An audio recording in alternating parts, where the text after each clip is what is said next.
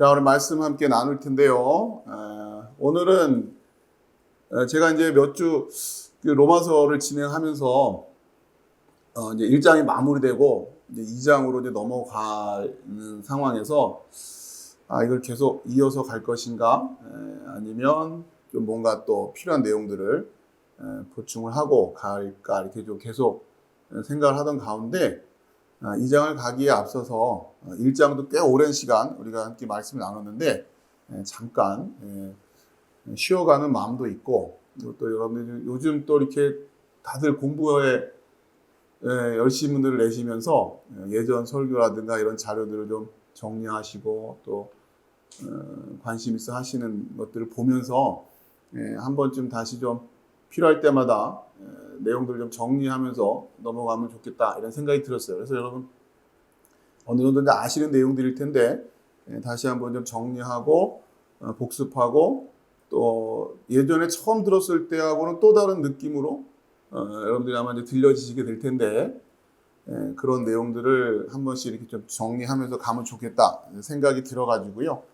그동안 우리가 해왔던 말씀들도 한번 다시 좀 복습도 하고, 그러고 나서 다시 또 2장으로 필요할 때 또 이어서 가는 것이 좋겠다 싶어서, 일단 2장 들어가고 나면 또 한참 또 이어지니까 어디서 한 번쯤 끊어서 가면 좋겠다 생각을 하고 있다가 지금 일단은 하는 게 좋겠다 생각이 들어가지고, 오늘은 이제 우리가 복음적 관점으로 성경 읽기라는 주제로 저희 교회가 처음 시작을 했잖아요. 그래서 이제 그 내용들을 처음부터 다시 한번 좀 정돈을 좀 해보려고 합니다. 우선 이제 말씀은 누가복음 10장 25절이고요.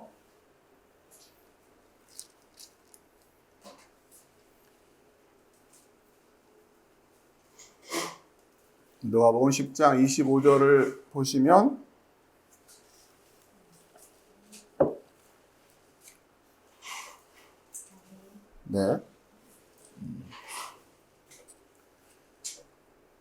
여러분 이제 워낙에 오랫동안 우리가 함께 나누었던 말씀이니까 굉장히 익숙하실 거라 생각됩니다. 어떤 율법 교사가 일어나 예수를 시험하여 이르되 선생님, 내가 무엇을 하여야 영생을 얻으리까? 에서부터 이제 시작을 하죠. 그래서 예수께서 이르시되 율법에 무엇이라 기록되었으며 내가 어떻게 읽느냐?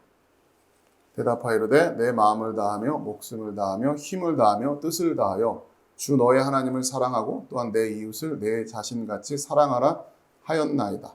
예수께서 이르시되 내 대답이 옳도다. 이를 행하라. 그러면 살리라 하시니 그 사람이 자기를 옳게 보이려고 예수께 여짜오되 그러면 내 이웃이 누구이니까? 여기에서부터 우리가 말씀에 대한 묵상과 또 새로운 관점들을 생각하기 시작했죠. 내 이웃이 누굽니까? 이 간단한 질문이지만 이 질문이 가지고 있는 의미, 그리고 이 질문에 대한 답을 하시는 예수님의 답, 이 관계를 우리가 영적인 구조 안에서 이해하지 못하면 오해할 수밖에 없는 상황이 된단 말이에요. 그러니까 무슨 얘기냐면, 이 질문을 한 사람이 누가 내 이웃이 누굽니까? 라고 질문을 했는데 이 질문의 내용조차 사실은 이해를 못하고 있어요. 이 질문을 한 사람도 내가 무슨 질문을 하고 있는지를 몰라요. 그럼 예수님은 여기에 대해서 어쨌든 답을 주십니다. 그러니까 여러분, 이런 성경을 읽을 때 우리가 이제 성경을 제대로 못 읽게 되는 이유가 뭐냐면 성경의 영적 구조를 이해하지 못하고 있기 때문에 그러는 거예요. 자, 우선 전제를 해야 될 것이 내 이웃이 누굽니까? 라고 질문한 사람이 이 질문의 의미를 몰라요. 자기가 말해놓고도 무슨 말인지를 모른다고요. 그러니까 우리가 그 다음을 읽어나갈 때 이 질문이 온전한 질문이다 라고 생각을 하고 그 다음을 이어가는 순간 이게 지금 의미를 놓쳐버리게 된다라고 하는 겁니다. 그러니까 그렇기 때문에 그런 마음 상태에서 성경을 읽으면 계속 이상한 결론으로 나갈 수밖에 없다라고 하는 거예요. 아시겠죠? 자, 아무튼 이 말씀을 우리가 이해하는 것이 우리가 앞으로 성경을 해석하는 데 있어서 굉장히 중요한 단서를 제공해주는 그 출발점으로 우리가 함께 말씀을 나눴어요. 자, 오늘은 물론 이 안에 있는 세부적인 내용들은 여러분들이 개괄적으로 알고 계시니까 그거보다는 그때는 이제 그 내용에 집중해서 설명드리라고 미처 설명을 못 드렸던, 왜냐하면 이제 여러분들 뭐 다 경험해 보셨지만 요 단락에 있는 내용 하나를 소화하는 것도 만만치가 않았잖아요. 그렇죠? 지금은 익숙하게 들으시지만 이 질문을 하는 사람이 자기도 말을 하면서 무슨 말인지를 모른다, 이런 말 자체를 그때 여러분이 이해가 힘드셨잖아요. 이게 무슨 말이지? 그렇죠? 근데 이제는 여러분들이 수월하게 이해하실 거라고 생각됩니다. 그러니까 여러분, 내가 하는 말을 여러분이 다 이해한 상태에서 말한다라고 그렇게 생각하지 마세요. 그건 굉장히 오랜 훈련이 필요한 겁니다. 내가 말을 하면서도 그 말이 무슨 말인지 모르고 하는 말들이 굉장히 많아요. 이 말에 대한 훈련은 간단치가 않습니다.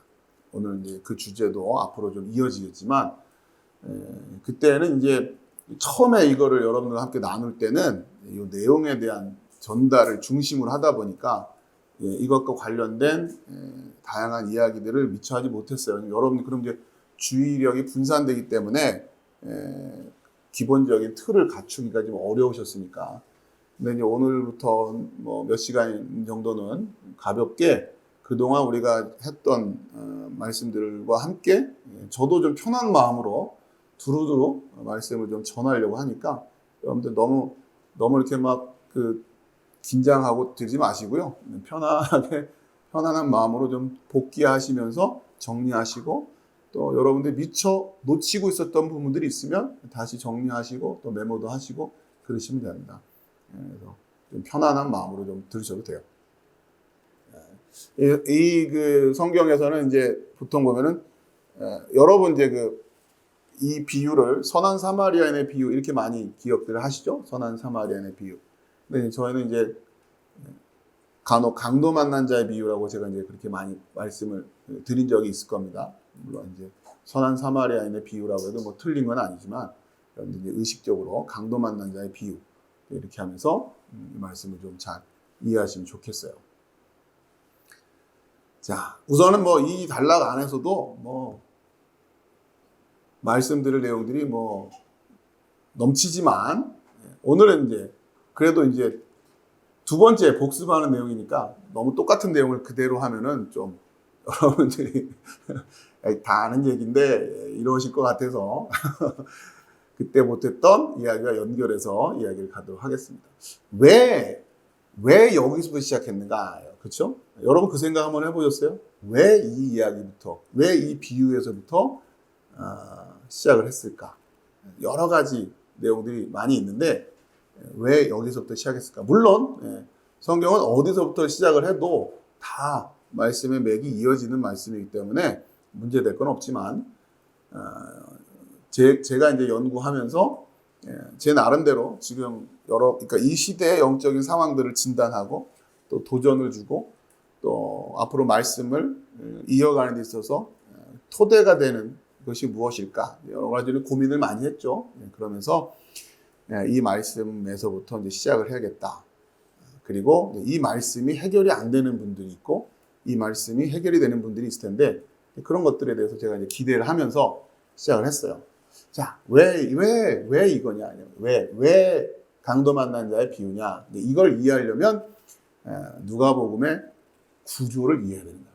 여러분들에게 온라인에 계신 분들을 위해서 좀 시원하게 화면을 전환을 해드릴게요. 자, 우선 누가복음의 개요를 한번 쭉 살펴보는 거예요. 보면은 첫 번째 이제 서론이라고 하는, 그러니까 이게 1장 1절에서부터 4절까지라고 보시면 되고, 그다음에 두 번째 예수님의 탄생과 유년 시절이라고 하는 이 주제가 1장 5절에서부터 2장 52절까지 이렇게 이어집니다. 자, 그리고 세 번째 예수님의 사역의 준비 단계가 3장에서부터 이제 4장 13절까지. 자, 이제 우리가 이제 관심 있게 보려고 하는 것은 이 부분인데, 특히 예수님의 이제 사역, 구체적인 사역이 누가복음에서는 크게 세 단계로 나뉘어진다고 보시면 돼요. 물론 이 전체가 다 관련 있는 거지만 예수님의 사역에서 첫 번째가 갈릴리와 그 주변에서의 사역이에요. 4장 14절에서부터 9장 50절까지.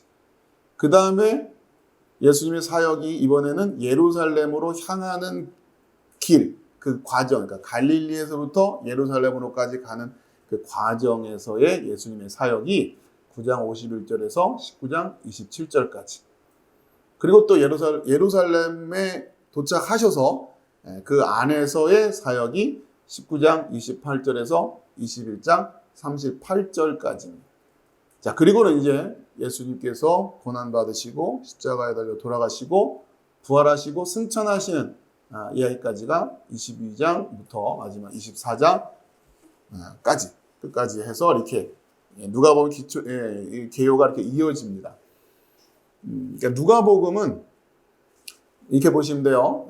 기본적으로 이제 중심적인 테마가 갈릴리에서부터 시작해서 예루살렘으로 쭉 이어져가는 그 이야기가 예수님의 사역을 그렇게 지금 그리고 있어요. 아시겠죠? 그러면서 5번에 해당되는 예루살렘으로 향하는 길이 이제 9장 51절에서부터 시작하는데, 9장 51절에부터 시작하는데, 이 강도 만난 자의 비유, 선한 사마리아인의 비유로 많이 알려진 이 비유가 10장 25절부터 시작된단 말이에요. 자, 무슨 얘기냐면, 예루살렘으로 향하는 여정의 초반에 있어요. 아시겠죠? 이 비유가 예루살렘으로 향하는 그 여정, 예수님의 그 갈릴리에서 예루살렘으로 가는 그 길, 그 사역이 9장에서부터 19장까지 쭉 그 내용이 이어지는데, 10장 25절 해당되는 이 강도 만난 자의 비유는 그 초반에 있다. 아시겠죠?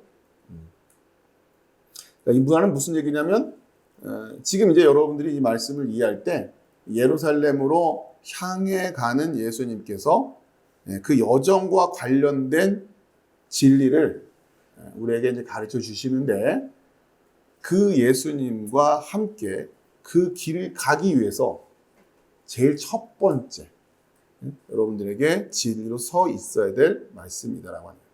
그러니까 누가복음은 이제 많은 신학자들이 어떤 관점에서 많이 그 해석을 하고 누가복음의 메시지를 이해하냐면, 흔히 말하는 제자도 있죠. 제자도라고. 왜냐하면 갈릴리에서부터 예루살렘으로 가면서 예루살렘으로 향하실 때, 그러니까 이제 예수님을 따르는, 그러니까 이러한 이미지가 누가복음에 굉장히 강하게 나타나 있어요.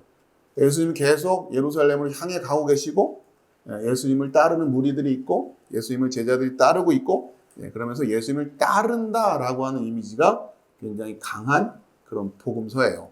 그러다 보니까 자연스럽게 제자도와 관련된 주제들을 이 안에서 많은 신학자들이 발견해내고, 또 그 제자도와 관련된 진리들을 이 말씀 안에서 해석해내려고 하는 시도들이 상당히 많다. 그러니까 누가복음은 제자도라는 주제와 굉장히 밀접해 있는 일종의, 여러분들 영화도 보면은 로드무비라고 하죠. 계속해서 이 길을 따라가면서 계속 이어지는 그런 스토리가 그렇게 계속 이어지는 그러한 형태를 로드무비 뭐 이렇게 이야기를 하는데, 그런 이미지죠. 갈릴리에서부터 예루살렘까지 가는 그 과정에서 벌어지는 이야기들. 자, 다시 좀 정리를 해드리면, 이 내용을 여러분들이 좀 잘 이해하시면서 왜 강도 만난 자의 비유냐, 그 위치가 어디냐 하는 걸 좀 정리를 하세요. 자, 오늘은 그 앞에서부터 쭉 한번 말씀들을 좀 살펴보려고 합니다. 먼저 어디냐면 누가복음 9장으로 와보세요. 9장. 자, 이제 갈릴리에서의 사역을 마치시고 이제 예루살렘으로 떠나시려고 하는 이제 그런 상황이에요, 분위기가.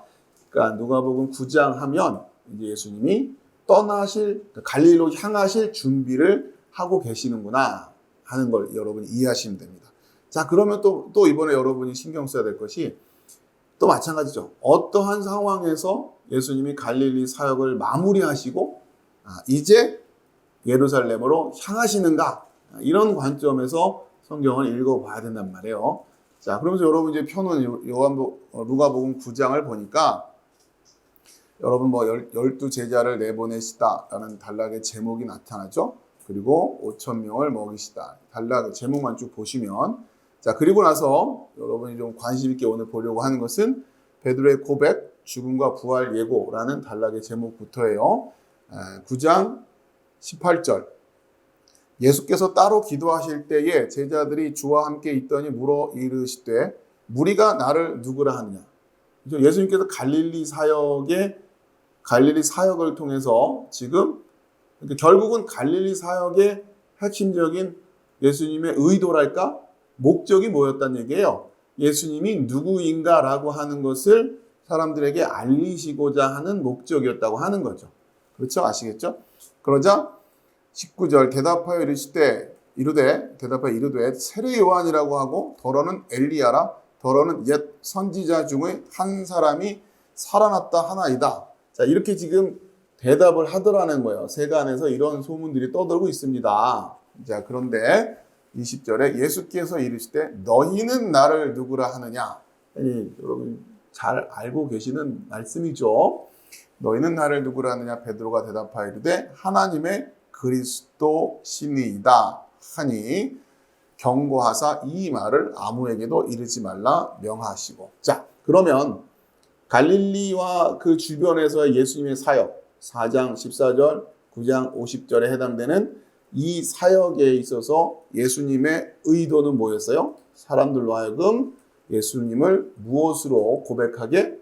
하나님의 그리스도이십니다 라고 고백하기를 바라신 거죠. 그렇죠? 그래서 베드로에게서 그 답이 나온 거예요. 그렇죠? 자, 근데 이제 여기에서 우리가 이제 마태복음 같은 경우는 베드로가 또 엉뚱한 소리 해가지고 야단을 맞는데 여기서는 이제 그 장면은 들어가 있지를 않아요. 의도가 좀 다른 겁니다. 아시겠죠? 이 누가복음 안에서는 그 내용은 지금 굳이 표현을 안 하고 있다. 그러니까 우리가 지금 무엇을 집중해야 하는지에 대해서 여러분 잘 이해하시기 바랍니다. 누가복음 역시도 마찬가지예요. 예수님의 갈릴리 사역의 가장 기초적인 의도가 뭐였다고요? 예수님을 그리스도로 바라볼 수 있는, 저분이 그리스도시구나 라고 하게끔 하는, 그게 기본적인 목적이었어요.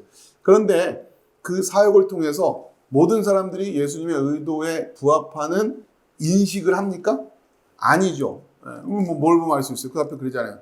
세례 요한이라고 하고 더러는 엘리야라 더러는 옛 선지자의 한 사람이라고 합니다. 이 얘기는 예수님의 사역을 이해하지 못한 거예요. 그렇죠? 오해하고 있는 거예요. 봤음에도 불구하고. 그러니까 결국 예수님은 이 사역을 통해서 하나님의 그리스도이십니다 라는 고백을 하게끔 하기를 원하셨던 거죠. 그러니까 이제 베드로에게서 그 고백이 나오니까 예수님이 일단은 그것을 다른 이에겐 이르지 말아라 라고 이야기를 하신단 말이에요. 왜 이렇게 말씀을 하실까? 그죠? 그러니까 이건 이제 결국은 그러니까 다른 이들에게는 이르지 말아라 라고 하는 것은 왜 이르지 말라고 하시지까지는 우리한테는 어려워요. 그 의도를 이해하는 건 어려운 거예요. 일단은 여기서. 그 부분에 대해서, 그러니까 자꾸 거기에 대해서 질문을 하는 순간, 물론 거기에 대해서 묵상을 하긴 해야 되지만, 그것을 너무 우리의 그 신앙의 핵심적인 진리로 자꾸 세워가려고 하는 순간, 우리도 모르게 자꾸 곁길로 빠지게 됩니다. 아시겠죠? 분명히 하나 의도가 있으시겠지만, 왜 알리지 말라고 하시지? 얼핏 생각하면 그렇잖아요. 왜? 우리는 지금도 밖에 나가서 예수님이 그리스도십니다라고 전도해야 될 입장인데 왜 예수님은 이 사람들에게 이 사실을 알리지 말라고 하실까? 전도하지 말란 얘기인가? 자, 이런 식으로 생각을 꼬리를 이어가다 보면 우리가 또 말씀을 오해하게 됩니다. 그런데 이제 그런 말씀들을 소위 잘 풀어주는 설교를 들으면 굉장히 설교를 그러니까 그분이 뭔가 깊이가 있다라고 생각하는데 이런 거 조심하시라는 거예요. 그 부분에서는 그냥 그 목사님 생각이기가 쉽다는 거예요. 아시겠죠? 자꾸 그런 거를 쫓아다니지 마시라고요. 그건 알기가 쉽지가 않아요. 저도 여러분에게 굳이 그 얘기를 먼저 드리지는 않아요. 물론 저 나름대로 묵상을 하죠. 왜 그러셨을까? 그러나 말 그대로 그것은 우리의 짐작일 뿐이다. 어디까지나. 그걸 이해한 상태에서 왜 그러실까? 혹시 이런 게 아니었을까 싶습니다. 그러나 이건 어디까지나 제 짐작입니다.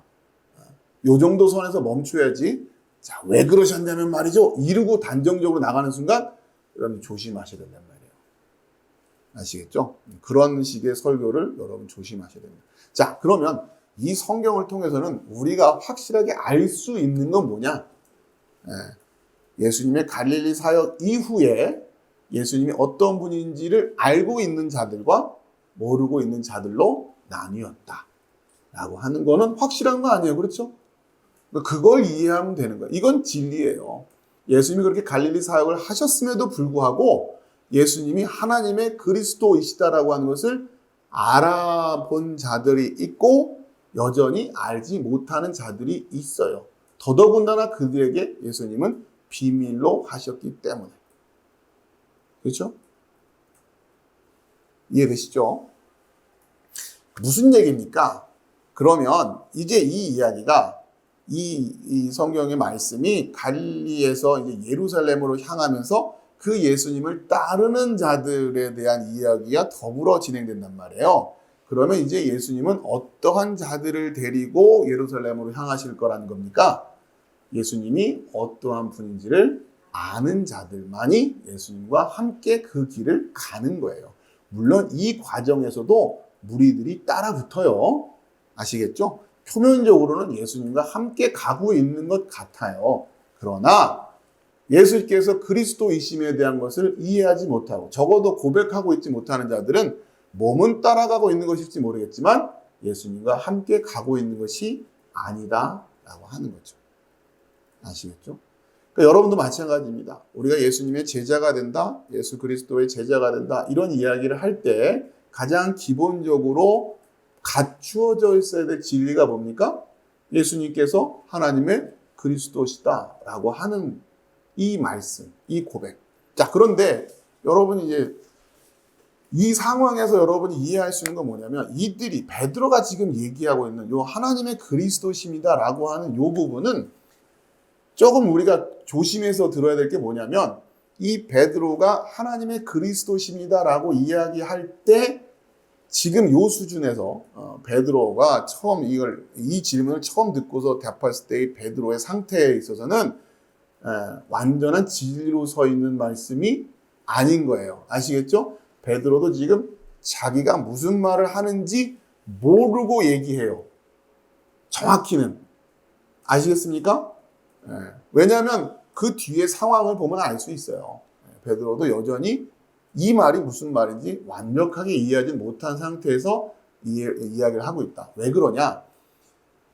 설령 이 당시에 예수님이 그리스도십니다라고 이야기를 했다 할지라도 이들이 말하고 있는 하나님의 그리스도십니다라고 말할 때에 이들이 연상하고 있는 그 그리스도는 1차적으로 어디에 예언되어 있는 그리스도예요? 이사야에 예언되어 있는 그 그리스도. 그 우리가 배웠죠. 그렇죠? 그분으로 이해가 될 겁니다. 자, 그런데 보편적으로 이해하고 있는 그리스도라고 하는 이미지에는 뭐가 빠져 있는 이미지냐면 이사야 53장에 그 고난받는 종으로서의 그리스도의 모습은 빠져 있는 상태에서의 그리스도를 이들이 기대하고 있었기 때문에 베드로 역시도 하나님의 그리스도십니다. 여기까지는 맞았어요. 바로 그 약속하셨던 그 그리스도십니다. 라고 이야기한 것까지는 맞았는데 문제는 베드로가 이해하고 있는 그리스도라는 그 언어, 그리스도라고 하는 그 단어에 내포되고 있는 이미지가 아직 진리로 서 있지 않기 때문에 그렇죠?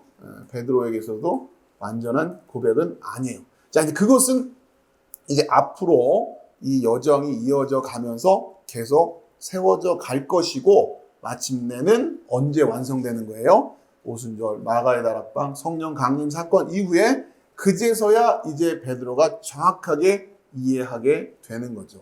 무엇을 통해서? 예수님의 죽으심과 부활이라고 하는 복음을 통해서 이제 그리스도라고 하는 그 의미가 다시 재해석되면서 진리로 세워지게 되는 것이죠. 그리고 나서 보니까 이사야 53장이 눈에 들어오기 시작하는 거예요. 분명히 있었음에도 불구하고 유심히 안 봤던 말씀인 거죠. 그렇죠? 그렇게 지금 여러분이 여러분 베드로의 첫 설교가 바로 그 예수를 주와 그리스도가 되게 하셨다. 그러니까 지금 여기서 하나님의 그리스도십니다라고 하는 말씀, 이 고백과 사도행전에서 말하는 고백에서 그리스도는 달라요. 아시겠죠? 여러분 그렇게 보실 줄 알아야 된단 말이에요. 그러니까 우리도 마찬가지입니다. 우리도 예수님을 따라간다고 하는데, 근데 어쨌든 이 고백만 가지고도 따라가고 있어요, 지금. 우리도 예수님을 따라간다라고 할 때에 지금 누가복음 수준의 고백일 수 있어요. 다 그래요, 다 이 수준에서 또 출발하는 거예요. 그러나 적어도 우리가 엘리야입니다, 사도야입니다, 이 수준은 아니니까 일단은 하나님의 그리스도입니다 라는 것에서도 출발하는데, 그 그리스도가 무엇인지에 대한 그 진리를 이제 우리가 이 여정을 통해서, 믿음의 여정을 통해서 우리가 세워가야 된다라고 하는 거죠. 아시겠죠? 그렇게 지금 보실 수 있어야 된다고 하는 거예요. 자, 21절에 이 말을 아무에게도 이르지 말라 명하시고, 22절에 이르실 때 인자가 많은 고난을 받고 장로들과 대제사장들과 서기관들에게 버림받아요 죽임을 당하고 제3일에 다시 살아나야 하리라 하시고. 자, 이것이 복음이라고 하는 사건을 예수님께서 미리 예언하신 말씀이에요. 그렇죠? 여러분 이게 복음으로 보이셔야 돼요. 자, 근데 이제 이걸 예수님이 예언하셨고 실제로 이 말씀처럼 되었기 때문에 이들에게는 이 사건을 기쁜 마음으로 전하게 되는 거예요. 아시겠죠? 예수님이 죽으셨다가 다시 살아나셨습니다. 근데 그걸 복음이다. 이 복음에 의해서 정확하게 하나님의 그리스도이십니다 라고 하는 것을 이해해야만 돼요. 그러니까 말하지 말아라 하는 얘기가 뭐예요? 좀 짐작하자면, 말 그대로 추측이에요. 결국 복음을 통해서 하나님의 그리스도이십니다 라고 하는 것이 온전하게 해석되어지기 전에는 이 말만 전한다고 해서 되는 게 아니기 때문이 아니었을까? 저는 이제 그렇게 해석을 해보고 싶은 거예요. 물론 이 부분에 있어서는 여지가 얼마든지 있을 수 있어요. 저의 해석일 뿐입니다. 여러분이 공감이 되시면 여러분도 그렇게 공감하시면 돼요. 혹시 그러니까 그러한 것이 아니었을까? 결국 하나님의 그리스도이십니다 라고 하는 이 말씀의 이 고백의 참 의미는 이 복음의 사건이 완성되기 전에는 전환들, 그렇죠? 전환들. 그러니까 결국 이것을 알아야만 온전해질 수 있는 말씀이다 하는 것을 이제 이렇게 우리에게 알리시는 것이 아닌가, 그렇게 생각이 돼요.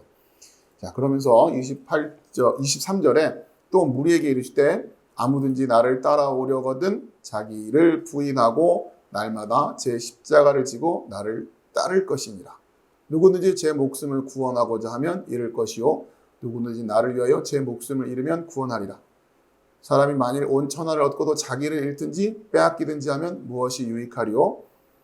자, 그러면서 이제 예수님이, 그러니까 여러분이 예수님의 입장에서는 이 고백이 나왔기 때문에 이제 뭘 준비하시는 거냐면 예루살렘으로 향해 갈릴리를 떠나실 준비를 하실 거예요. 그렇죠? 그러면서 예수님은 지금 뭘 또 준비하신 거냐면 예수님을 따라올 자들을 지금 구별하고 계시는 거죠. 그런데 예수님을 이제 따라가려면 무엇부터 출발해야 된다는 얘기입니까? 자기를 부인하고 날마다 제 십자가를 지고 나를 따라야 된다라고 하는 거예요. 물론 여러분들 두 가지의 관점에서 성경을 항상 보셔야 되는데, 이 말씀을 처음 하셨을 때 아직 십자가 사건이 성취되기 이전의 상황이 있고 그 이후에 성령 사건을 통해서 다시 이때를 회상하는, 그래서 이 말씀의 의미를 다시 이해하는 이 두 가지 단계가 있어요. 이 두 가지를 항상 번갈아 가면서 이해를 하셔야 돼요. 처음에 이들에게 이게 어떻게 들렸을까? 그리고 나중에 성령 사건을 통해서 진리를 깨달은 이후에 이들에게 이것이 어떻게 들렸을까? 그런 거죠. 또 지금 우리에게는 십자가 사건이 진리로 서 있기 때문에 우리 입장에서는 이 메시지가 어떤 의미로 해석되어져야 될 것이냐라고 하는 것을 또 보실 수 있어야 된다고 하는 거예요. 아시겠죠?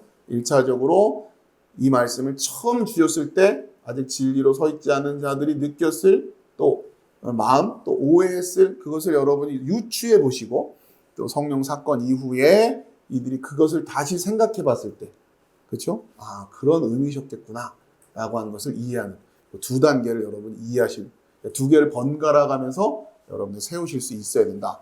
그래야 여러분들이 성경을 온전하게 읽어 나가는 겁니다. 그러면서 여러분도 그 첫 번째 단계에서 다시 복음의 상황, 복음이 성취된 상태에서의 상황으로 자꾸 왔다 갔다 하실 수 있어야 되는 거예요. 그래야 여러분이 성경을 좀 더 균형 있게 정확하게 읽어 가시게 된다라고 하는 겁니다. 자, 예수님을 따르는 데 있어서 요구되는 것이 뭐냐면 자기 부인이에요. 아시겠죠? 예수님을 따르려면 반드시 자기를 부인해야 된다. 그럼 이거는 이제 결국 나라고 하는 주제와 연결될 수밖에 없는 거죠. 예수님을 따르는 첫 출발은 결국 그 나를 찾아가는 것이기 때문에 그 출발 과정은, 출발 자체도 자기 부인에서 출발하는 것이고 계속해서 이어지는 과정은 결국 그 자기 부인의 완성의 과정이 되겠죠. 처음부터 이게 되겠습니까? 하나하나 또 그 과정으로 세워져 가는 거다. 따르는 자들에게 필요한 영적인 상황, 진리들을 지금 예수님이 가르쳐 주시는 거죠. 자, 그러면서 25절, 사람이 만일 온 천하를 얻고도 자기를 잃든지 빼앗기든지 하면 무엇이 유익하리요? 그러면서 제자들이 예수님을 따라가는 이유는 무엇을 귀중함을 알기 때문이냐면, 잘 이해하세요. 생명의 귀중함을 알기 때문이에요. 생명을 잃지 않기 위해서 예수님 따라가는 거예요. 아시겠죠? 그런데 그 생명을 얻는 길이 우리가 생각하는 그 방식과 다르다는 거예요. 아시겠죠? 그런데 그 생명이 너무 귀하기 때문에 기꺼이 그 길을 가는 거예요. 여러분, 예수님을 왜 따라가요? 우리가 흔히 그러니까 십자가 얘기하니까 죽으러 가요 이렇게 생각하는데 그게 아니에요. 예수님이 왜 따라가요?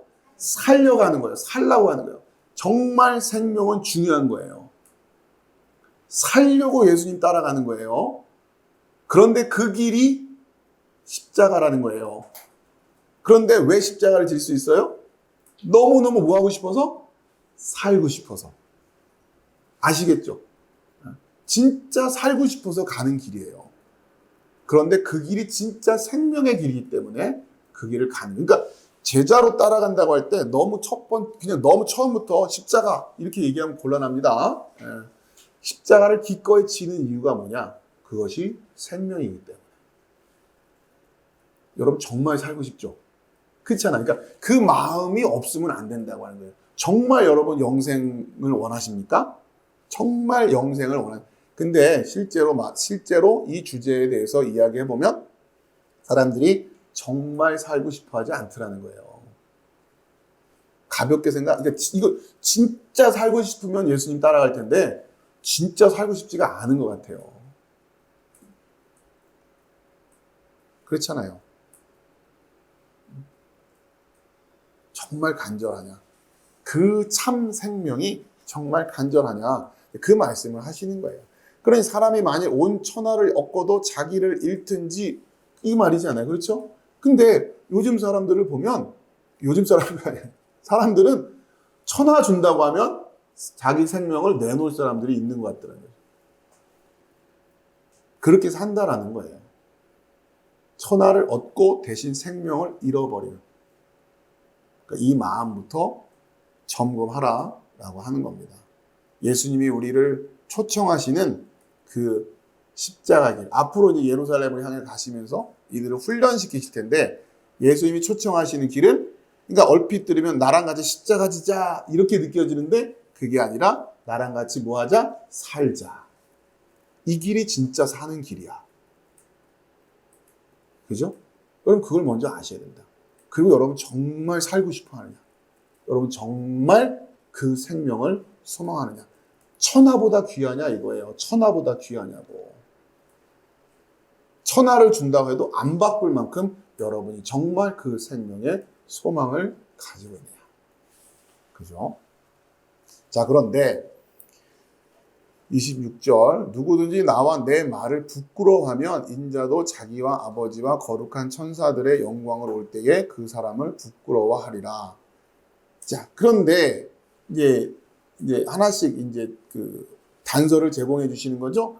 그 길을 떠날 때 뭘 할 수 있어야 된다? 첫 번째, 예수께서 하나님의 그리스도이심을 알아야 되는 것이고, 뭘 통해서? 갈릴리 사역을 통해서. 두 번째, 기꺼이, 그러니까 정말 살고 싶어서 따라가는 자들이 돼야 된다라고 하는 것이고, 그러기에 그 길을 기꺼이 따라가는. 자, 그러면서 그 길을 따라가기 위해서는 결국 뭘로 따라가는 겁니까? 예수님의 말씀으로 따라가는 거예요. 지금 이 당시에는 예수님을 눈으로 보는 상황이니까 예수님을 눈으로 보면서 따라가겠죠. 결국 우리는 뭘로 따라가는 거예요? 예수님의 말씀으로 따라가는 거죠. 그렇죠? 그 예수님의 말씀을 잘 듣는 게 이렇게 중요하단 말이에요. 그 훈련이 필요한 거죠. 자, 그 제자로서 따라가는 데서 갖춰야 될 또 요소 중에 하나가 뭐냐면 예수님의 말씀, 그러니까 나와 내 말을 부끄러워하지 않아야 된다는 얘기예요. 아시겠죠? 그래야 따라갈 수 있는 거예요. 또 나를 부끄러워하지 않는다라고 하는 것도 여러분들이 잘 이해하셔야 되죠. 예수님을 부끄러워하지 않는다. 1차적으로는 그런 의미지만 결국 궁극적으로 그리스도 안에서 하나 되어 있는 자기 부인을 통해서, 그렇죠? 진짜 날마다 십자가를 지고 따라가서 결국 얻게 되는 그 영원한 생명인 나, 그걸 부끄러워하면 안 된다라는. 그러니까 그걸 마다할 리가 있을까 싶지만 실제로 사람들은 그걸 부끄러워하더라는 거예요. 부끄러워하지 않았는데요? 아니, 부끄러워한다고요. 뭘 보면 알 수 있어요? 안 따라가니까. 안 따라가니까. 그건 안 따라간 거잖아요. 그러니까 그걸 부끄러워한다고 얘기한다고요. 응? 너 왜 내 말을 부끄러워하니? 저 안 부끄러워했는데요. 이해되시죠? 이렇게 지금 예수님과 커뮤니케이션이 이제 되기 시작해야 되는 거예요. 성경은 그러면서 안 따라간다 이런 말을 하는 것과 동시에 무슨 말을 쓰는 겁니까? 부끄러워한다 라는 말을 쓰는 거예요. 그러니까 자, 부끄러워하다라는 얘기는 어떤 의미를 갖는 거냐? 결국 그러니까 잘 보세요. 말씀을 부끄러워한다는 게 무슨 얘기겠어요? 예수님을 부끄러워한다는 말이 뭐겠어요? 이런 게 좀 어려운 거죠. 말씀을 부끄러워하면 어떻게 되냐면 그 말씀을 밖에 두게 된단 말이에요. 아시겠습니까? 그러니까 이 이미지를 여러분들이 잘 이해하시면 들어야 돼요. 말씀이 안 부끄러운 자는 말씀을 어떻게 할까요? 안에다가 가지고 있단 말이에요. 안에 있어요. 근데 말씀이 부끄러운 자들은 항상 말씀이 어디 있어요? 밖에 있어요. 그러니까 여러분 자꾸 목사 설교 들으면서 신앙생활하는 사람들은 여러분 말씀이 어디 있는 거예요? 밖에 있는 거예요. 여러분 말씀을 따라간다고 생각하지 마시라고요. 제가 여러분들에게 여러분이 하나님을 직접 만날 수 있어야 된다고 계속해서 강조하는 이유는 여러분이 그게 성취가 안 되면 여러분은 말씀을 부끄러워하는 거예요. 언제나 여러분 말씀을 어디서 꺼내올 거니까? 목사님한테서 꺼내올 거 아니에요. 여러분 안에서 꺼내오는 게 아니라. 그 말은 뭐예요? 늘 말씀은 책꽂이에 있는 거죠. 그렇죠? 인터넷에 있는 거잖아요. 자료 찾으면 나오는 데 있는 거 아니에요. 이해되십니까? 그걸 부끄러워한다라고 하니까 여러분 잘 그러니까 나와 나의 말이라고 했어요. 그러니까 이 말은 예수님과 뭐가 똑같은 거다? 말씀이. 그렇죠? 이해되시겠죠? 예수님과 내 말을, 그러니까 예수님 부끄러워하는 거나 예수님 말씀 부끄러워하는 거나 똑같은 거예요. 그러니까 여러분이 그러니까 예수님이 여러분 안에 있다는 걸로 뭘로 확인하자? 예수님의 말씀이 여러분 안에 있다는 걸로 확인하자라고 하는 거죠. 그러니까 예수님의 말씀이 여러분 안에 진짜 있냐고요. 어떻게 확인할 수 있어요? 여러분 말하는 걸 들어보면 안다는 얘기예요. 여러분이 말을 할 때 무슨 얘기 하냔 말이에요. 예수님의 말씀이 나와요? 아니면 그냥 우리가 살면서 세상 살면서 뭐 이런 얘기 저런 얘기, 그죠? 커피숍에 제가 이렇게 맨날 그 얘기하는 이유가 그거예요. 커피숍에 둘러 앉으면 뭔 얘기하냐고요. 그죠? 자, 이거를 부끄럽다라고 이해한다는 거예요. 여러분 잘 이해하세요. 부끄럽다라는 개념을 잘 이해해라. 그러니까 부끄럽다라고 하는 거는 밖에 있다라는 얘기예요. 아시겠죠? 말씀이 밖에 있는 걸 부끄럽다라고 하는 겁니다. 여러분이 예수님을 따라가는데 예수님을 여러분 밖에다 두고 따라가면 무슨 상황이라고요? 예수님을 부끄러워하는 거예요. 아시겠습니까? 잘 이해하세요. 예수님은 항상 여러분 안에 계셔야 되는 거예요. 물론 이때는 예수님이 그리스도께서 육으로 오셨으니까 어쩔 수 없이 밖에 계시죠. 그러나 지금 우리 시대는 그 예수님이, 그리스도께서 우리 안에 계셔야 된단 말이에요. 그 그리스도께서 여전히 늘 밖에 계시면 여러분은 그리스도를 부끄러워하는 게 되는 겁니다. 아시겠어요? 그러니 누구든지 나와 내 말을 부끄러워하면 이게 무슨 얘기인지 아시겠죠? 나를 밖에다 두면 이런 뜻이에요. 나를 밖에다 두면, 내 말을 밖에다 두면 이런 말씀이에요.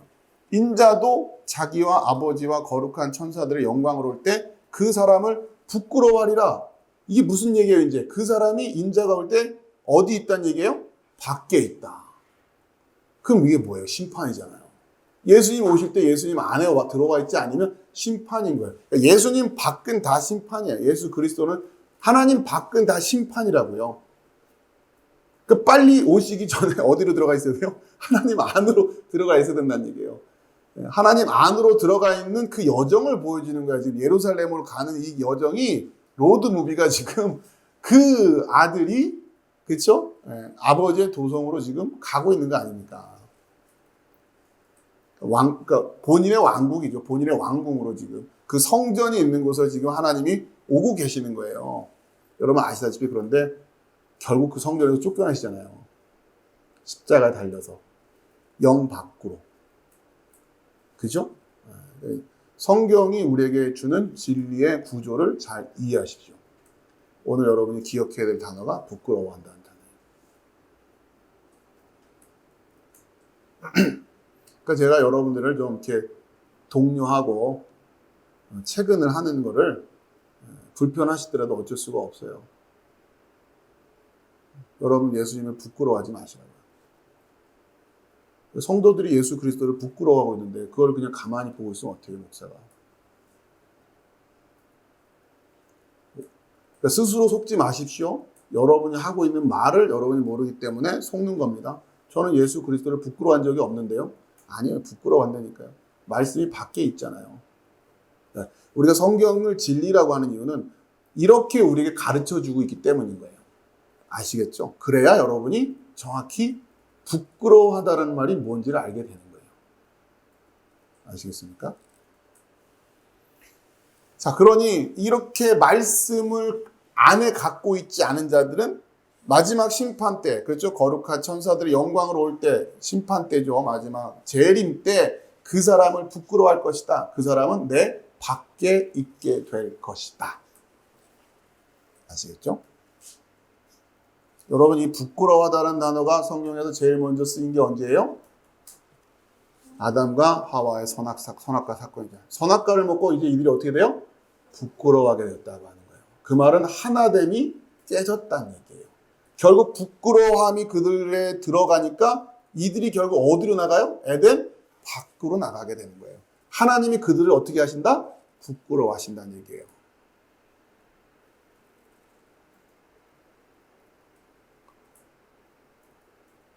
그렇죠? 그러니까 부끄러워한다는 개념을 사전적인 개념으로 창피하다 이렇게 이해하는 순간 성경은 완전히 그냥 소설이 되는 거예요.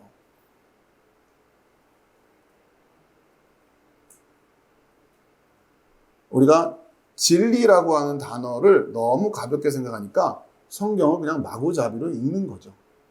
국어사전 펼쳐놓고서.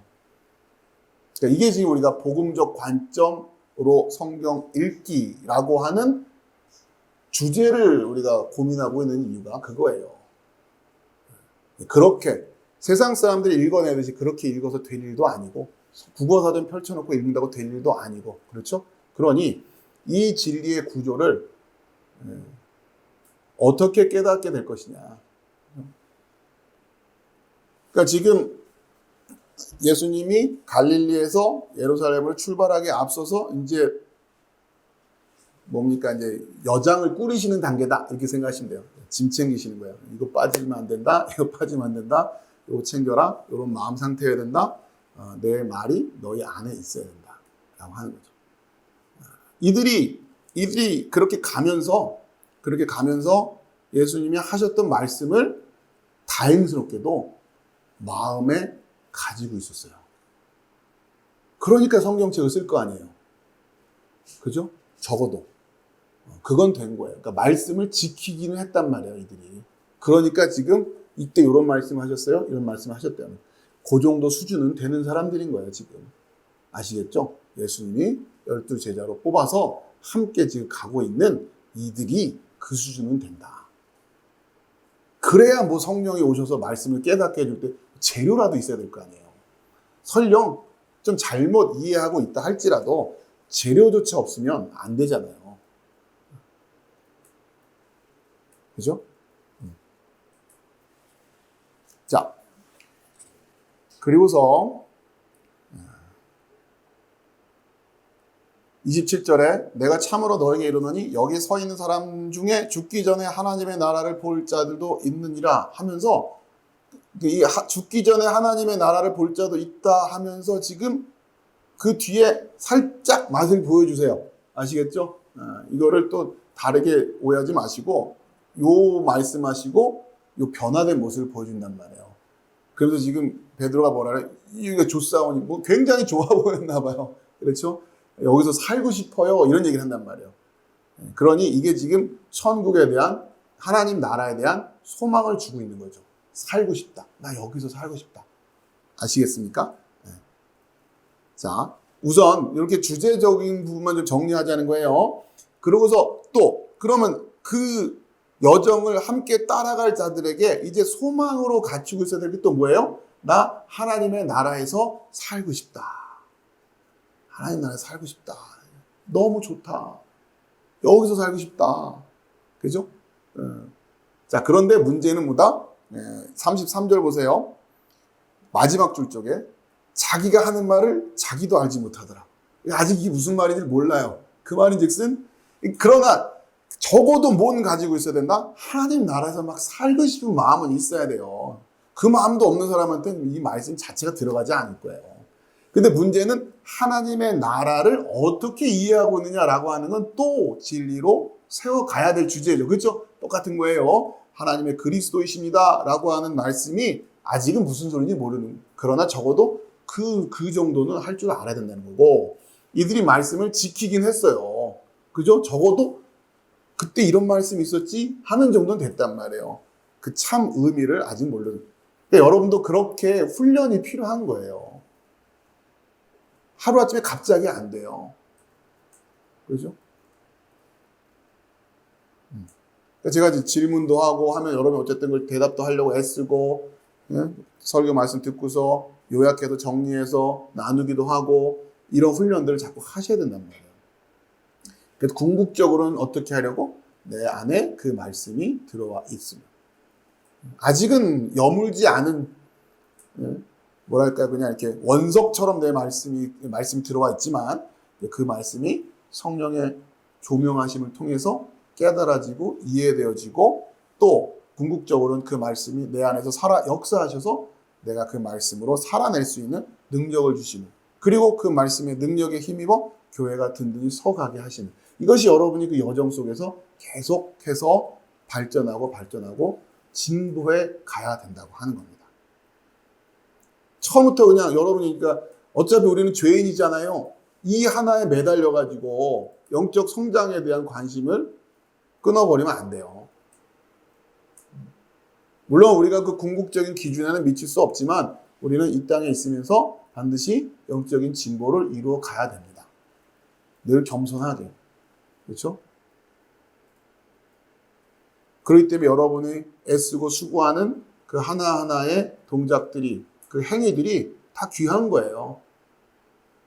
무가치한 게 아니에요. 물론 그걸로 우리가 의롭다고 칭할 수 있는 그건 아니에요. 그러나 그 말씀을 살아내려고 하는 애쓰고 수고하는 것이 있어야 된다. 그걸 놓치면 안 된다고 해요. 그리고 이제 그걸 가볍게 여기지 마십시오. 그렇죠? 그리고 우리 각 성도들 간에 서로 격려해주고, 또 연약하고 아직 미숙한 자들은 기다려줄 줄 알고, 또 그만큼 많이 아는 사람들은 또 본이 되려고 하고, 이게 교회가 건강하게 서가는 모습이다 라고 하는 겁니다. 거기다 대고 자꾸만 어차피 우리는 인간은 죄인데 하나님 말씀을 지켜낼 수가 없는데, 이거는 또 다른 그렇게 자꾸 들어올 얘기가 아니란 말이에요. 진리의 과정으로 서가는 데 있어서 우리가 붙들고 씨름해야 되는데, 거기에만 계속 매여 있으면 안 된다고 하는 거예요. 아시겠죠? 자, 자기가 하는 말을 자기가 알지도 못해요. 이때는 그래요. 이때는 그래요. 자, 그러나 계속 여기에 머물러 있지는 않습니다. 자, 그리고 나서 이 떠나시기 전에 사건들을 좀 개괄하면서 보는 거예요. 37절. 이튿날 산에서 내려오시니 큰 무리가 맞을새 무리 중에 한 사람이 소리질러 이르되 선생님 청컨대 내 아들을 돌보아 주옵소서. 이는 내 외아들이니이다. 귀신이 그를 잡아 갑자기 부르짖게 하고 경련을 일으켜 거품을 흘리게 하며 몹시 상하게 하고야 겨우 떠나가나이다.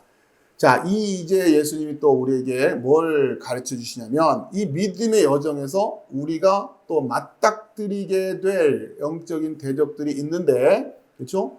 여러분 뭘 또 처리하면서 갈 줄 알아야 되냐? 귀신. 아시겠습니까?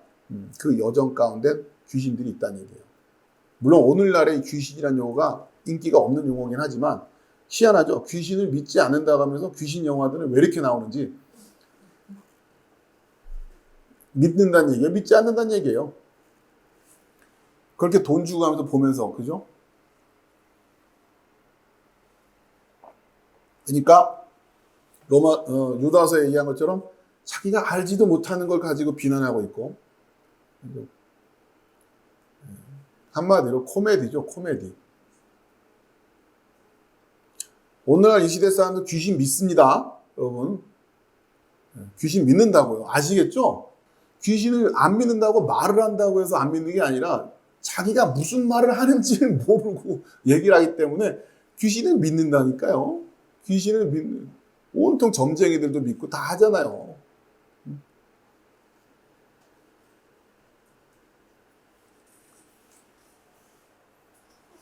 귀신을 믿으면서 안 믿는다고 하니 자기가 무슨 말을 하는지도 모르고 있는 거죠. 자, 아무튼 그러니까 이 귀신이라고 하는 주제를 여러분이, 그러니까 우리 제자들이 알아야 된다라고 하는 거예요. 귀신이 뭔지도 알아야 되고, 귀신을 어떻게 대적하는지도 알아야 되고, 믿음의 여정 가운데 알아야 된다. 자, 그러면서 42절. 올 때에 귀신이 그를 거꾸로 때리고 심한 경련을 일으키게 하는지라 예수께서 더러운 귀신을 꾸짖으시고 아이를 낳게 하사 그 아버지에게 도로 주시니. 자, 그러면서 예수님께서 귀신이라고, 이 성경에서 귀신을 우리에게 가르쳐 주는데, 귀신이 어떻다고 가르쳐 주고 있어요? 더러운 귀신이라고 한단 말이에요. 그렇죠? 그러니까 귀신이 뭐냐 그러면 여러분 뭐라고 얘기하면 돼요? 더러운 걸 귀신이라고 하는 거예요. 더러운 귀신이 아니라 잘 이해하세요. 귀신이 더럽다가 아니라 더러운 걸 뭐라고 얘기한다? 귀신이라고 얘기하는 거예요. 아시겠죠? 자, 그러면 여러분 잘 생각해 보세요. 그러니까 더러운 게 귀신인데, 그래서 귀신을 더러운 귀신 이렇게 얘기하는 거죠. 그러니까 더럽다라는 게 뭐냐? 이건 또 우리가 배웠잖아요. 청결함으로 배웠잖아요. 그렇죠? 그러니까 청결함의 문제는 무슨 문제? 안과 밖의 문제. 자, 귀신이 왜 더럽냐면 그러니까 이거예요. 귀신이 왜 더럽냐?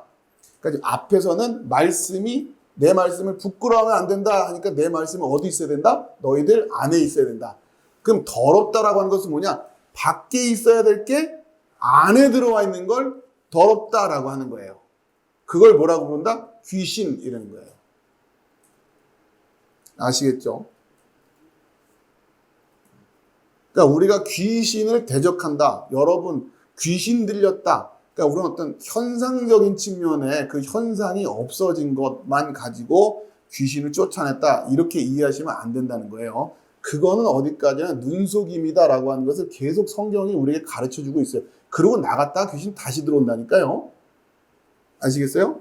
성경이 지금 계속 그런 얘기를 하잖아요. 여기도 지금 자 그러니까 더럽다. 밖에 있어야 할 것이 안에 있을 때 더럽다. 그걸 귀신이라고 하는 것이고 그러면은 밖에 있어야 할 것이 안에 있을 때 귀신을 쫓아낸다는 얘기는 뭐예요?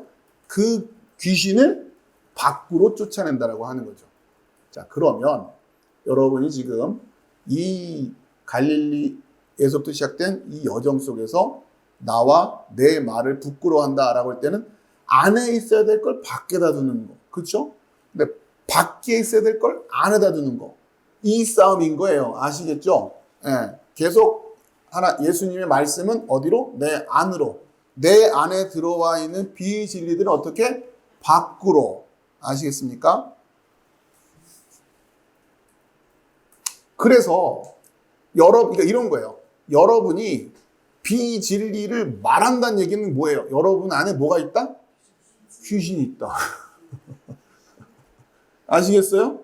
근데 여러분이 그 말을 하면서 그 귀신이 밖으로 나와요. 여러분 밖으로 나와요.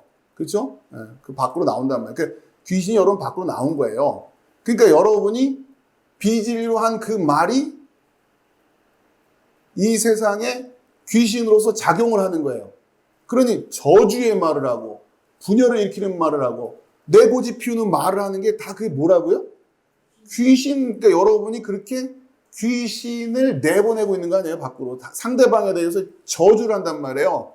그 말이 뭐야? 여러분 안에 있는 귀신으로. 그쵸? 이해되시죠? 네. 여러분 안에 그런 말이 있으면 안 돼요. 근데 자, 여러분도 모를 수 있어요. 내 안에 뭐가 있는지. 근데 여러분이 일단 뭔 적어도 알아야 돼요? 말을 해놓고는 알아야죠. 그 귀신을 알아본다고 하는 거예요, 그거를. 내가 저주의 말을 해놓고도 그걸 저주의 말로 이해하지 못하면 뭘 못 보고 있는 겁니까? 귀신을 귀신으로 못 알아보고 있는 거 아니에요? 그렇죠? 자, 그렇게 해서 잘 이해하세요. 이 그림을 여러분이 더러운 말을 밖으로 쏟아냈어요. 앞으로 계속 그렇게 쏟아낼 거예요. 쏟아낼 텐데, 쏟아내는 순간 밖에 나와 있어요. 그러면 그 밖에 나와 있는 그 말은, 그 말이, 그렇죠? 그 더럽다. 그렇죠? 이 안에 있었던 더러운 것이 밖으로 나온 것 아닙니까? 그렇죠? 그럼 여러분은 이제 깨끗해진 거란 말이에요. 그 밖에 나왔으니까. 그리고 그 말을 확인하는 순간, 아이쿠야, 내 안에 더러움이 있었구나. 근데 말을 하고 나왔으니까 이제는 없잖아요. 안에 없잖아요. 밖에 봤으니까. 그럼 이제 어떻게, 두 번 다시 그 말을 안 하면 되는 거예요. 그럼 여러분 안에는 귀신이 없어요. 근데 그 말을 또 한다는 얘기는 밖에다가 뱉어놓은 걸 여러분이 뭐하고 있는 거예요? 다시 주워 먹고서는 그러니까 토한 걸 다시 먹는다는 얘기를 아시겠어요? 여러분 그러고 싶어요? 그러니까 여러분이 여러분의 말을 조심하게 되는 거는 그냥 뭐 이렇게 되는 게 아니라 이 진리를 깨닫고 나서 그 말 또 하려고 해봐요. 내가 뱉어놓은 말을 다음에 또 하더라. 그게 내가 느껴지는 순간 내가 토해놓은 걸 내가 다시 먹고 있구나. 이게 역겹게 느껴져야 돼요. 그래야 여러분이 거룩해지고 있는 거예요. 근데 모르잖아. 이런 생각이 없으니까. 진리로 훈련받은 적이 없으니까 그 말 계속하면서도 뱉어놓고 또 먹고 뱉어놓고 또 먹고 어후 생각만 해도 그러니까 이걸 묵상하시라는 거예요. 그러니까 진리를 알아야 되는 이유가 그거예요. 다시 더럽다라는 기준을 이제 잘 세우십시오. 귀신을 이해하는 거예요. 귀신.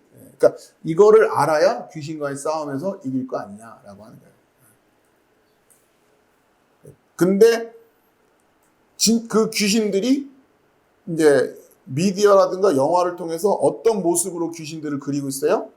그 눈에 보이는 그 더러운 귀신들로 귀신들을 만들어 놓으니까 여러분 그런 귀신들은 안 보이잖아요. 나 귀신 없다 이러고 마는 건데 그게 귀신인 줄 알고 있는데 그런데 저급한 수준인 거고 우리가 성경을 통해서 진리를 이야기하는 우리에서는 그러니까 귀신이라고 하는 걸 어떻게 이해를 하냐? 더럽다라고 하는 게 귀신이에요. 더러운 것을 곧 귀신이다라고 하는 겁니다. 더러움을 뭘 더럽다고 할 거냐? 밖에 있어야 될 게 안에 있는 걸 더럽다라고 하는 겁니다.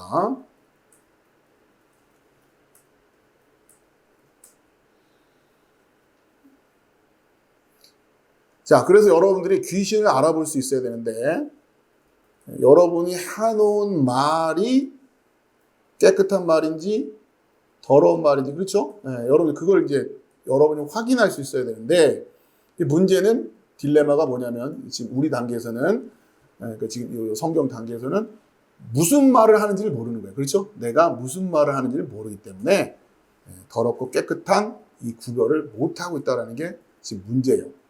자, 그래서 결국은 우리에게 필요한 것이 뭐냐?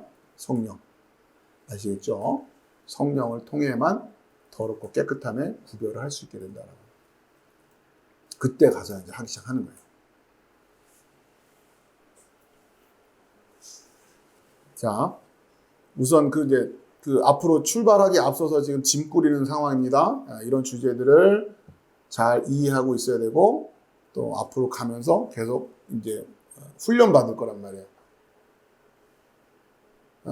미리 그때 가서 얘기하겠지만 귀신에 대해서 지금 시간이 조금 애매해서 귀신 하나만 더 배우고 갑시다. 귀신 나중에 갈 때 얘기 나오지만 어디냐면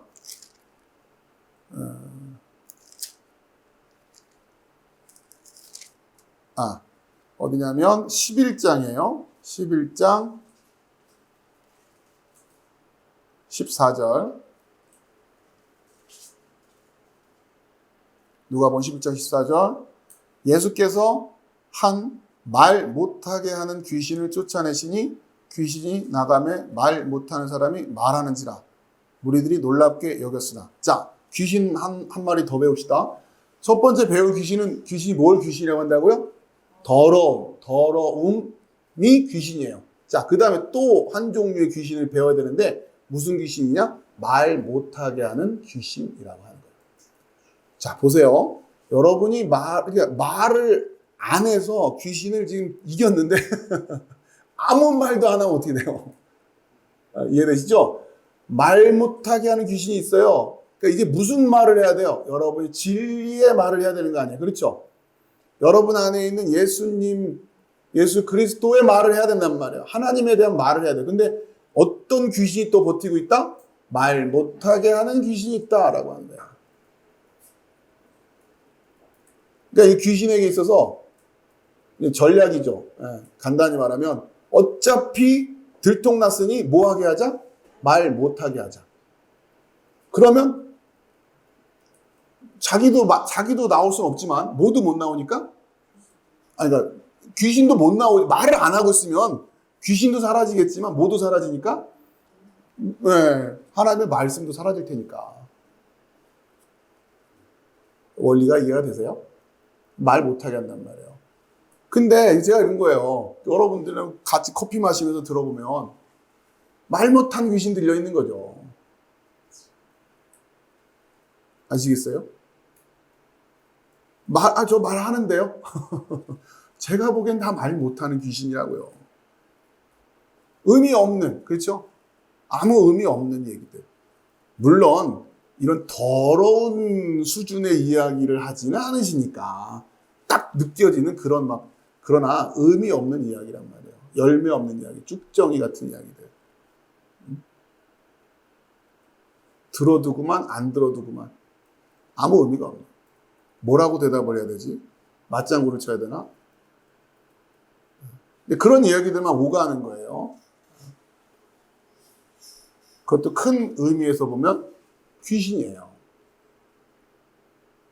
여러분이 더럽다라고 하는 말에 이미지가 매치는 안 되겠지만, 그렇죠? 그냥 우리가 살아가는 일상의 소소한 이야기들을 나누는 게 더러운 얘기는 아니니까, 그렇죠? 그런 건 뭐 우리가 살아가면서 살아가는 이야기들 나누고 필요하죠. 근데 문제는 그것만 하고 있다고 하면 무슨 귀신에 지금 말 못하는 귀신. 근데 말 못하는 귀신은 그래도 고급 귀신이에요. 뭐 할 말이 있어야 말 못하게 하지 아예 없으면 그런 귀신도 들리지도 않아요. 그 아무한테나 들리는 귀신이 아니에요. 근데 어쨌든 할 말이 없다는 얘기는 말 못하는 귀신이 들린 거다. 여러분 성경 공부하시라는 얘기가 귀신 쫓아내시라고요. 그래서 하나님의 말씀으로 여러분 채우시란 말이에요. 그래서 그 말을 해야 되는 거예요. 자, 이제 여러분이 이 감각을 가지고, 이 귀신에 대한 감각을 가지고 사람들과 이렇게 대화를 나누고, 그냥 소위 말하는 교회 안 다니는 사람들은 말할 것도 없고, 교회 다닌다고 나름대로 생각하는 사람들과 앉아서 대화를 나누다 보면, 여러분 견디기가 어려워지는 거예요. 왜? 온통 귀신들이 얘기만 하고 있습니다. 모를 때는 모르는데, 여러분 여기에 이제 영적으로 예민해진 상태에서 앉아 있으면 정말 힘듭니다. 그죠? 잘 이해하시죠? 그러니까 이제 여러분이 이런 것들이 이제 알아지고 진료 세워지면요, 이제 또 다른 훈련이 필요한 거예요.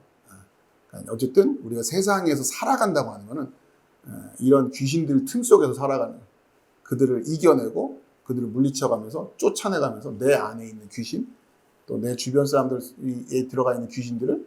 근데 여러분 조심해야 될 게, 이게 잘못하면 여러분 몸뚱이에다 다 귀신으로 보여가지고 막 이럴 수 있는데 조심하세요. 여러분 영적으로, 그러니까 지금 제가 이런 말씀을 드리는 거는 여러분 이 귀신에 대한 주제를 조심하게 되는 이유는 뭐냐면, 죄에 대한 주제랑 똑같아요. 죄에 너무 묵상하다 보면 죄라는 주제에서 헤어나지 못해요. 제가 늘 당부드리는 게 그거예요. 그러니까 우리 연약함에 너무 초점을 두다 보면 거기서 헤어나오지 못한다고요.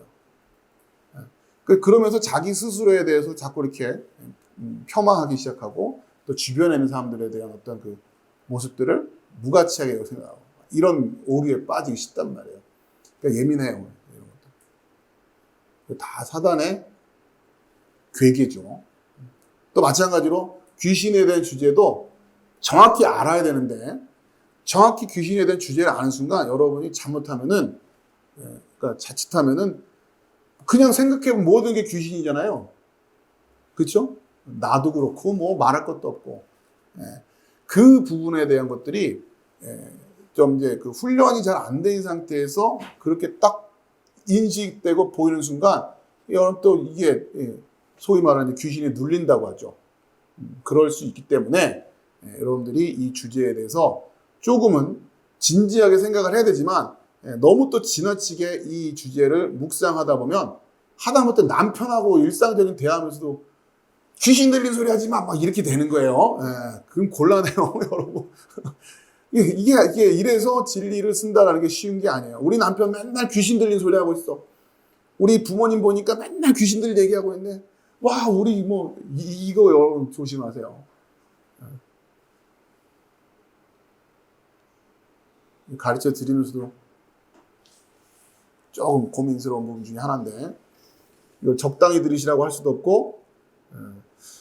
자, 이제 여러분이 이제 점점 장성해져 가면서 이런 말씀들도 소화해 내실 수 있어야 되고, 여러분들이 그럼에도 불구하고 이 싸움을 어떻게 싸워야 되는 것인가라고 하는 그 진리와 더불어서 같이 이어가야 된다라고 하는. 무엇보다 여러분 안에 성령께서 거하시고 계시다고 하는 확신을 놓치지 마십시오. 여러분 안전하게 지키시고 있다라고 하는 것. 그리고 여러분은 그 믿음의 여정 가운데 있다고 하는 거예요. 완성된 거 아니에요. 아시겠죠? 여러분 계속해서 그렇게 여러분 안에 있는 귀신을 쫓아내고 있는 것이고, 또 밖에 있는 그 귀신들과 싸울 것이고, 충분히 그 싸움을 싸울 수 있게끔 보호하시고 도우시고 함께 하시는 성령님이 우리와 함께 하고 계시단 말이에요. 무엇으로 그것을 확인할 거냐? 여러분이 죄가 무엇인지를 알았잖아요. 여러분이 회개했잖아요. 그렇죠? 그리고 서로 사랑의 말씀을 받았잖아요. 그 말씀이 아멘으로 여러분에게 인정되잖아요. 아무한테나 들려지는 거 아니란 말이에요. 여러분 분명히 여러분 안에 성령이 계시다고요. 여러분이 사단 권세가 여러분 함부로 하지 못해요. 그러니까 스스로 여러분들이 그 부분에 대해서 여러분이 스스로 넘어지지 마시란 말이에요. 여러분의 지금의 상태는 하나님의 자녀임을 의심하지 마시기 바랍니다. 그러니까 진리를 배워가는 과정에서 필요한 지식들을 세워가는 것을 여러분들이 지나치게 민감하게 반응하다 보면 조심해야 돼요.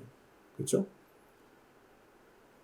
여러분 충분히 영적으로 잘 성장하고 계시니까 자, 이 말 못하게 하는 귀신이라고 하는 이 주제는 또 이어서 그 뒤쪽에 가서 또 다룰 텐데 이 두 가지를 여러분 좀 같이 함께 이해하고 계시면 좋겠고 다른 곳에서도 이런 주제를 만나시게 되면 귀신의 실체를 어떻게 규정하고 계시는가라고 하는 관점에서 여러분들이 들여다보시면 됩니다. 안 그러면 자꾸 여러분이 귀신이라는 용어 자체에 우리가 이미지로 생각하고 있는 뿔 달리고 뭐 괴상하게 생기고 막 이런 걸로 귀신이 그렇게 생긴 줄 알게 만드는 게 제일 큰 귀신의 전략이었는데 그게 제일 잘 먹히고 있는 거예요 지금. 자, 네, 오늘 여기까지 말씀드리면서 자 이렇게 지금 말씀이 쭉 이어지다가 이제 강도 만난 자의 비유가 시작되는 거예요. 그러기에 앞서서 준비되어 있어야 될 것들이 상당히 많았어요. 생각보다. 우선은 여러분들이 이거를 그때는 요걸 좀 생략하고 먼저 그 주제를 먼저 갈 길이 멀다 보니 먼저 그부터 세워놓고 갔는데 이제는 그것을 아시는 상태에서 이걸 다시 한번 복습하면서 찾아보시면 훨씬 더 유익이 있을 거라고 생각되고 이렇게 좀 몇 주 우리가 필요한 내용들을 다시 한번 복습하고 이어가도록 하겠습니다. 자, 마치겠습니다. 네, 기도합시다.